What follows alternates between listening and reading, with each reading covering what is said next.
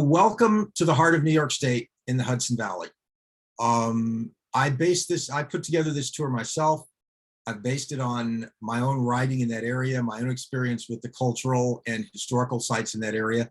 And the two counties in the mid-Hudson Valley, Dutchess County on the east side of the Hudson and Ulster County on the west side of the Hudson, offer an incredible combination of both scenery, cycling infrastructure, and some cultural destinations that you won't really find anywhere else. On the left, you've got the Arts Center at Bard College, which we will pass by several times during our tour. It was designed by legendary architect Frank Gehry, and it really has to be seen to be believed. It's an incredible assembly of stainless steel and wonderful shapes.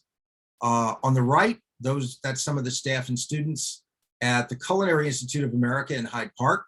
We're going to have lunch at the Culinary Institute on day 4 of our tour. CIA, as it's called locally in the industry, is known as one of the best culinary schools in the entire world, and it's perched right on the banks of the Hudson, and you'll see a picture of that later in this presentation. The Hudson Valley is really a unique spot in America because it's been home to indigenous peoples for thousands of years, ever since the Ice Age ended and the glaciers receded up the Hudson Valley. The river is really kind of an arm of the ocean. It has tidal periods all the way up to Albany. And it was one of the first pathways into the wilderness for European settlers who moved to the New World. It was originally settled by the Dutch, and it was the backbone of trade and cultural and colonial America. When the United States was founded,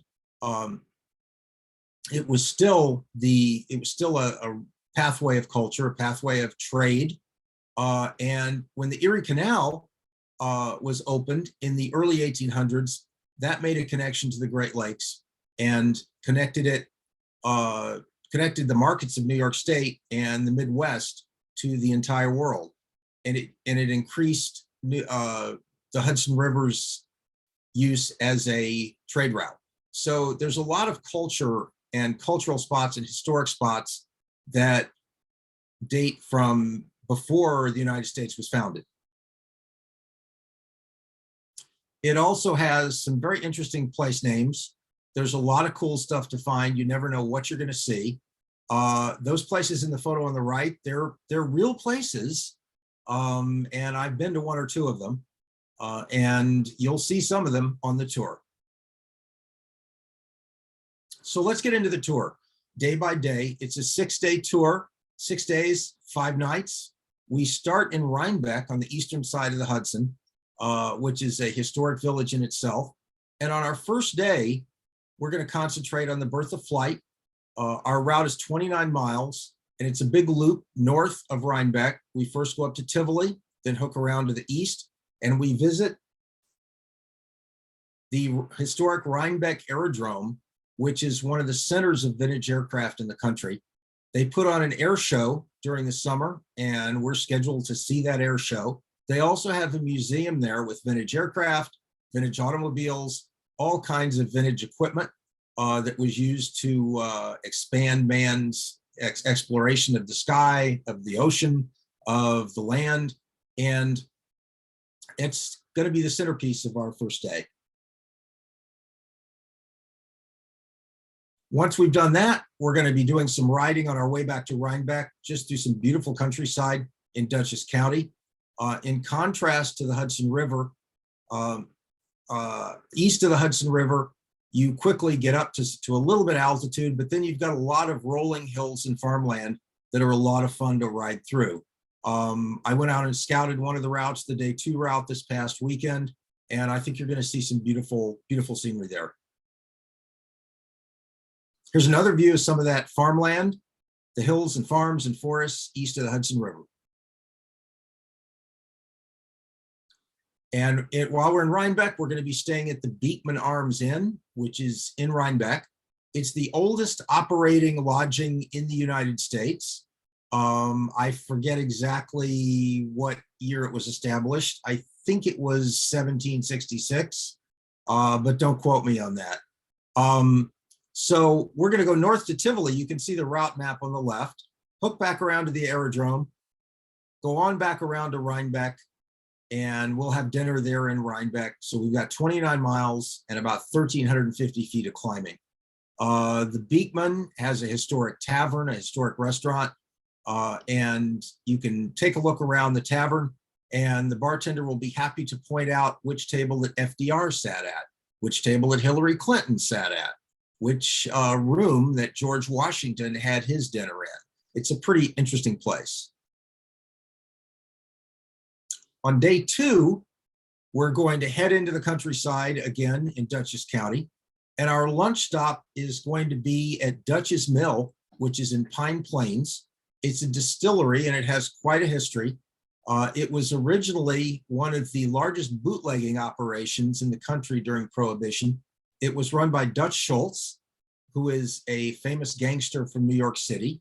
The area features bunkers, distilling areas, escape tunnels, and it was long forgotten until some locals bought it a few years ago. They have rehabbed the barn there and opened it as Dutch's Mill. And they are once again, as you can see in the picture, they are distilling sugar wash moonshine. So I guess you can taste some of that. They also normally have a food truck there on weekends. That's when we're going to be there. And it's out in the middle of the countryside in Pine Plains. Here's another shot of riding in Dutchess County. You've got hills, you've got farms, you've got lots of great roads and lots of pretty scenery. And this is a view west toward the Catskills. This is from the Dutchess County side of the river. Over across the river is Ulster County, and in the background are the peaks of the Catskills. And we'll be riding over there on days 5 and 6. So here's our day 2 route. It's a big loop to the east, 44 miles. And we can add some miles to that if you'd like to ride more, no problem. 2,800 feet of climbing, more than we had on day 1, but we figure by day 2, you're kind of warmed up. And it's basically a big loop through a lot of pretty farmland, a lot of beautiful areas. And then on day 3, we're going to be heading to the Roosevelt Presidential Library and Museum, which is in Hyde Park. We're going to do a loop to the south. The FDR Museum and Library is our main stop. It's a fantastic museum. I've been there several times. It has all kinds of exhibits about FDR, about Eleanor, about their effect on American history. It is the official presidential library. It's got a lot of artifacts. In the picture at the left there, you can see the wheelchair that Roosevelt used when he was in the White House. It's an amazing, fascinating place. And right next door is the Roosevelt home. I think that's the next picture there. I thought we had a picture of the Roosevelt home. Perhaps I missed that. But the Roosevelt home is right next door. As opposed to the private library and museum, the Roosevelt home is a national monument. And if we have time, we're going to go see that too.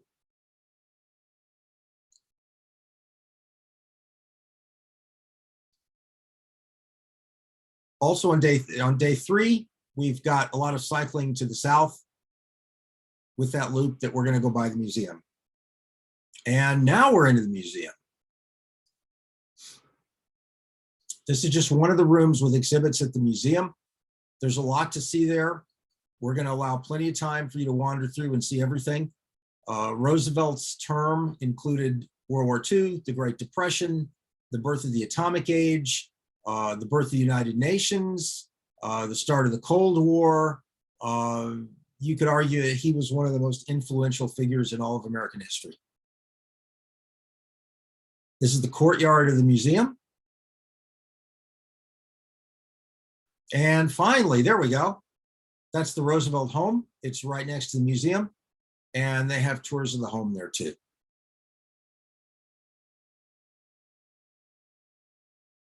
So once we get off on day 3, here's our route for day 3.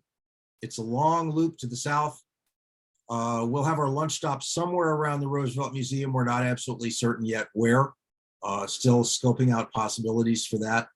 But we stay mostly to the back roads as we head south until we get to Hyde Park. We loop around, stop by the museum, and then head back north up to Rhinebeck, where we'll once again be staying at the Beekman. And we've got 34 miles on day 3 and 1,700 feet of climbing. On day 4, day 4's got a lot on it. We're going to head south along the Hudson. We're going to stop by the Vanderbilt Mansion, which is one of quite a few rather large mansions from rich folks from down in New York City, who from the Gilded Age, who built their getaways for the weekend or the holidays up along the Hudson River. That includes Vanderbilt and many others. We'll have a picture of that in just a moment. But our centerpiece of our day 4 route is the walkway over the Hudson. It used to be a railroad overpass. It is over 200 feet above the river, and it's been converted into a 1.25 mile long pedestrian overpass and park. As you can see, it's plenty wide enough to give you room to ride across. It's part of the rail trail infrastructure that we'll be using. We come down south from Rhinebeck. We're going to be seeing the Vanderbilt Mansion, then we're stopping at the Culinary Institute for lunch. Once we're done there, we're going to continue south to Poughkeepsie, cross over the walkway over the Hudson, and then continue on one of the many bike trails in the area back over to New Paltz. Here's another shot of the walkway.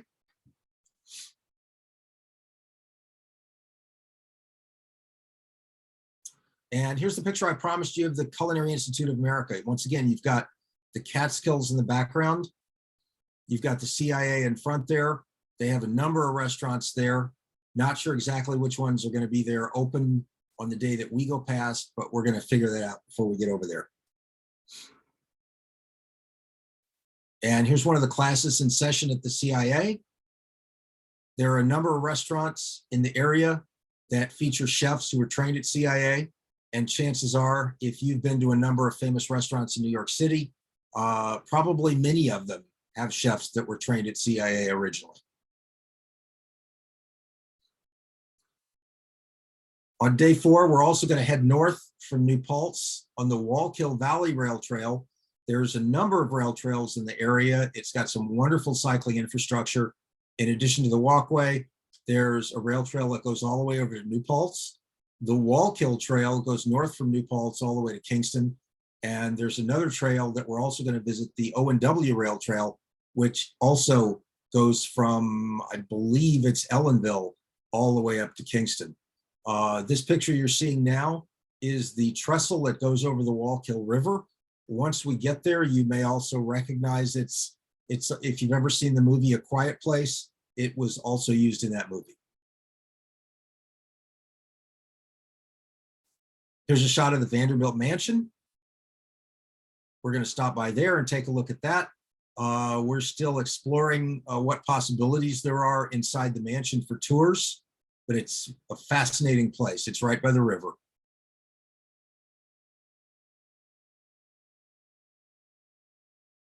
And there's our lodging.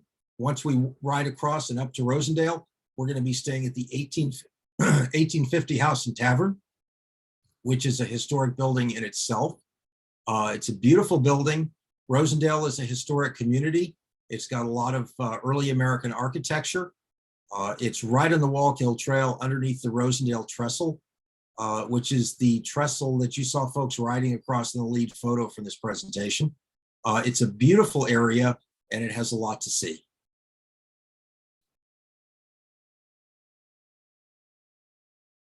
On day 5, we're going to ride up to High Falls from Rosendale and then head west up the hills into the Catskills to visit the Ashokan Reservoir. The Ashokan is one of the largest reservoirs that supplies water to New York City. It was built, I'm not sure exactly when it was built, but I can find out. but it utilizes more miles of dikes than all of the other reservoirs for New York City combined. It's a huge lake. It has some spectacular views off to the Catskills on the west. It's a beautiful place to ride. This photo is from a ride I did with a friend, Tim, some years ago. You can ride all the way around the reservoir, and there's some absolutely spectacular views across the reservoir toward the Catskills. This is another of the views that we're going to have on our tours. I doubt we're going to have color like this in September on the first tour. On the second tour in October, it's far more likely that this is what it's going to look like. This is Ashokan High Point. This is south of the reservoir, and we're going to be riding through some spectacular scenery through those hills. Here's another view. This was taken on top of the promenade, which is essentially a road that's on top of the dam for Ashokan. It's several miles long. As you can see, it's got some spectacular views across the reservoir, and the Catskills are just a beautiful backdrop for our ride that day. And on our way back to Rosendale, we're going to stop by the Widow Jane Mine, which is a great historical spot to visit. Back in the late 1800s, Rosendale, where we're staying, was the center of the cement industry and concrete industry in the United States. Rosendale cement is in a number of different famous structures, including the Brooklyn Bridge, the Washington Monument, the base of the Statue of Liberty, parts of the US Capitol. And Rosendale became the center of the cement industry after large deposits of dolomite limestone were found near the town, which is one of the major ingredients in cement. So this mine is where much of that cement came from. It was shipped north on a small canal up to a village called Rondout, which is by Kingston, which we're going to visit on day 6. It's right on the Hudson, and it was then shipped out from there to points all over the country. Here's another shot from the promenade. This is around by the spillway. You can see the spillway for Ashokan, the reservoir, just in the background there. And hopefully we'll have weather that's nice too. Another view of Ashokan that shows you the spectacular views you're going to be able to see. Keep in mind that if you have any questions, I'd be happy to answer them. Just type them in the chat window, and I'll take a look at them once we finish the slide presentation. This is a view toward the west from the New Paltz area toward the Shawangunk Ridge, which actually is what you're seeing if you look west from New Paltz before you see the Catskills. The Shawangunk Ridge is biologically and geologically distinct from the Catskills, and it provides quite a backdrop for some of the scenes around New Paltz. You can see in the background, the ridge is a lot of exposed rock. It's a very popular destination for rock climbers. We're also going to be going through a couple of small towns that are pretty scenic. On the left is Stone Ridge. It's called that because many of the homes in town use stone from the local ridge to construct the home. So there's a lot of stone homes in town. We're also going to be riding through High Falls, which is on the National Register of Historic Places, which features some early American architecture. High Falls itself is also a waterfall, so we're going to see that. And we also may have a rest stop here in town. We're not quite certain yet. So here's our loop for day 5, where we head out from Rosendale, up the hill toward Ashokan, through the hills south of the reservoir, and then along the south shore of the reservoir before we head back downhill through Marbletown, and then back down to Rosendale. And then on day 6, we're going to head back north and loop around across the Hudson back to Rhinebeck, where we started. We're going to start out from Rosendale by jumping over to the, I believe it's the O&W rail trail, which heads north. And after a little bit on that trail, we're going to get to Cat O'Sullivan's house, where we're going to be arranging for a photo op at least. Cat is an artist, as you can tell. She also designs clothing.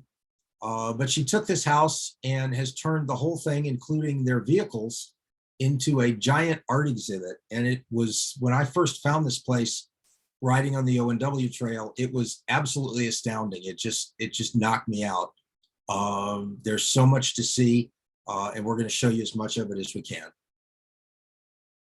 Here's a couple of more pictures of Cat O'Sullivan's house. Lots of color.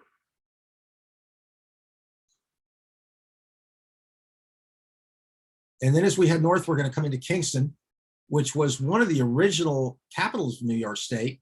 During the Revolution, when the British were going to capture New York, the capital was moved north to Kingston and was there during the Revolution. Much of Kingston did end up getting burned down by the British during the Revolutionary War.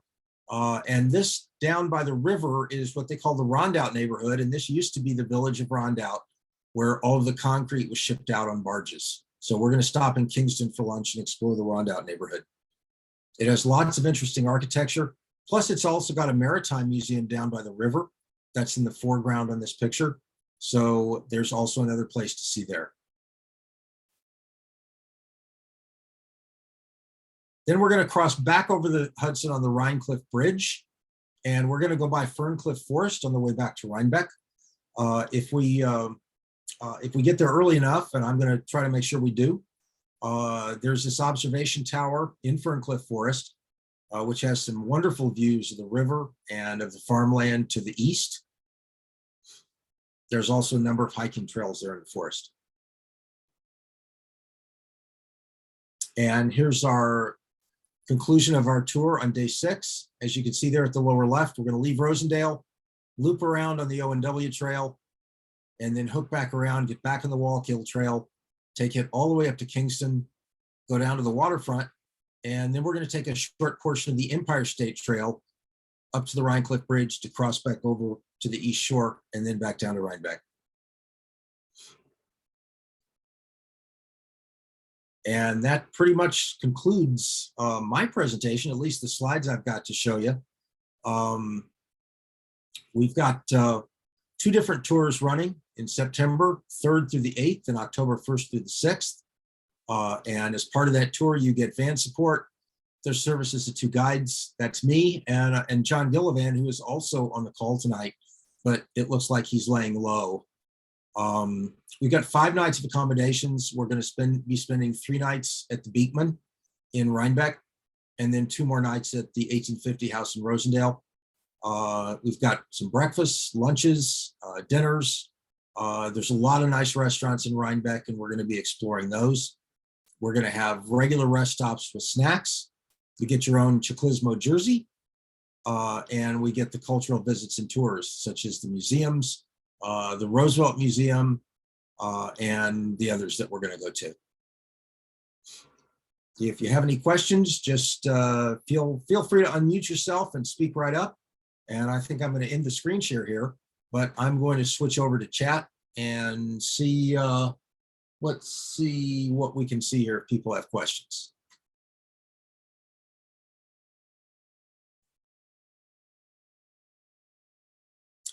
Does anybody have any questions? It all paved. What do you offer for rental bikes? We can arrange for a road bike. We have some company rental bikes. If you'd like any, they are BMC bikes. We have a variety of sizes, so I'm certain that we would have something that would fit you. What do you normally ride? Road bikes. Yeah, road bike. But do you know what size? I think it's, I can't remember. I'm a 60, I think. I think I'm a 38. Okay. But are all the roads paved? They look like some of them weren't paved. Yes, all the roads on this they're either paved or they are the fine crushed stone dust that you have on the bike trails. Okay. The trails we will be on are the O&W. The Wallkill is part of the Empire State Trail, and it has just recently been rehabbed.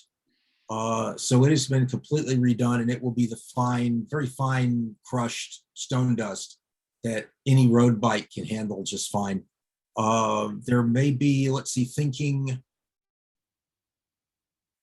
I can't think of any place on the east side of the river that is not paved. The unpaved portions are all on the bike trails on the west side of the river. Thanks. And are you going to be wanting e-bikes possibly? No, Okay, just regular road bikes. Okay. Okay. Any other questions that I can answer? Wow, I must have been really complete.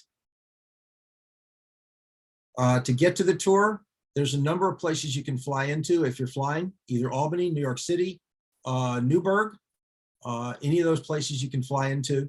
And there's a number of different transportation methods. There's a train, there's Metro North, there's also Amtrak that go all the way from New York City up to Albany and have stops along the way, including Poughkeepsie. So what else can I tell you?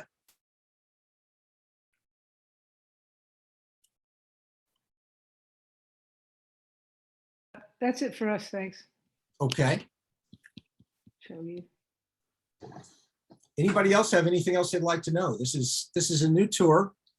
We haven't offered this tour before. It's based on my own riding in the area and everything I found there. And it just, I don't know what else to say. It's a spectacular place to ride. There's a lot of cool places to stop, whether you go to the walkway, whether you go to the art house, whether you go to any of the places on the east side of the river, the Roosevelt Memorial, Vanderbilt Mansion. Rhinebeck is a charming little village with a number of different restaurants. Monica would like to know if this is considered an athletic beginner or intermediate ride. I would call this an athletic beginner ride because keep in mind that there's not that much climbing. And of course, anytime that anybody decides they would like to ride in the van for a little while, then that's perfectly fine with us. That's what we have it there for.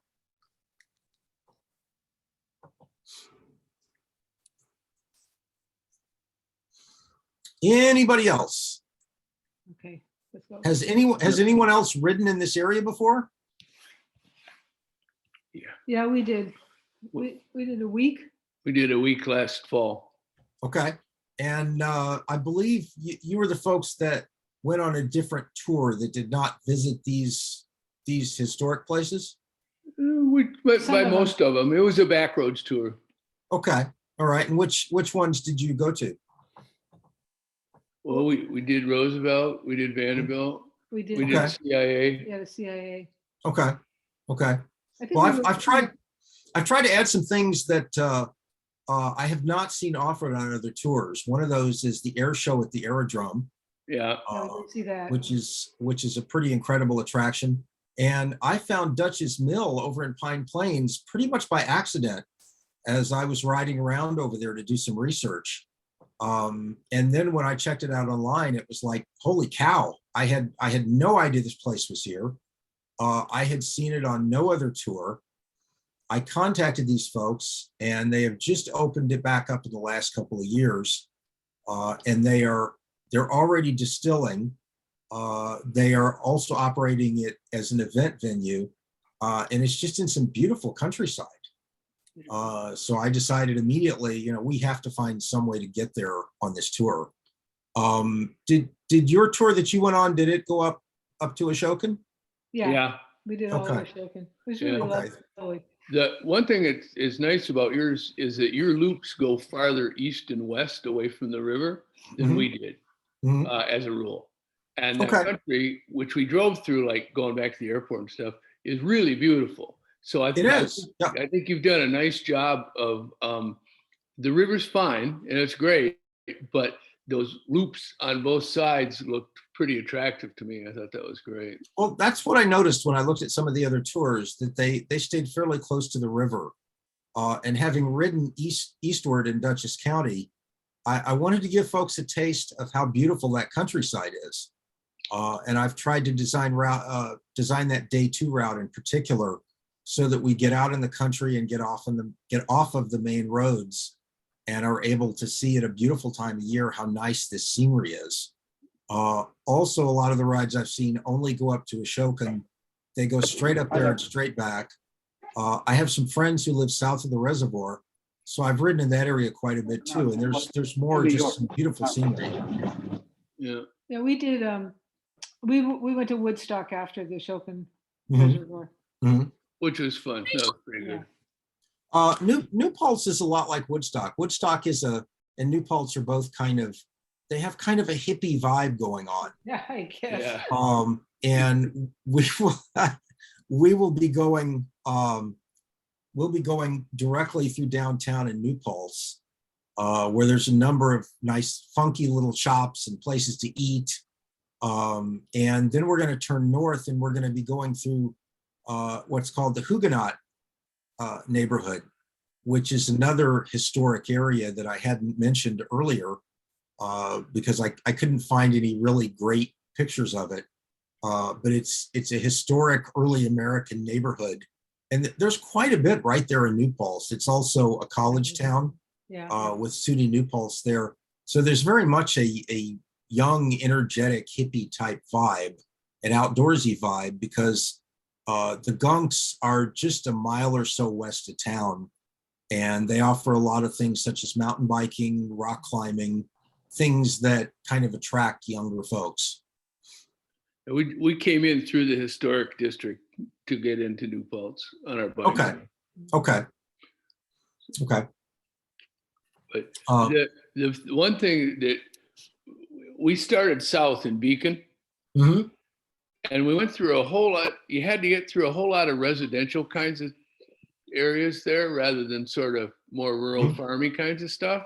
Mhm. And that's one of the things that appeals to me about your routes. I mean, you still got to go buy some houses, right? But I don't know. It looks, it's attractive.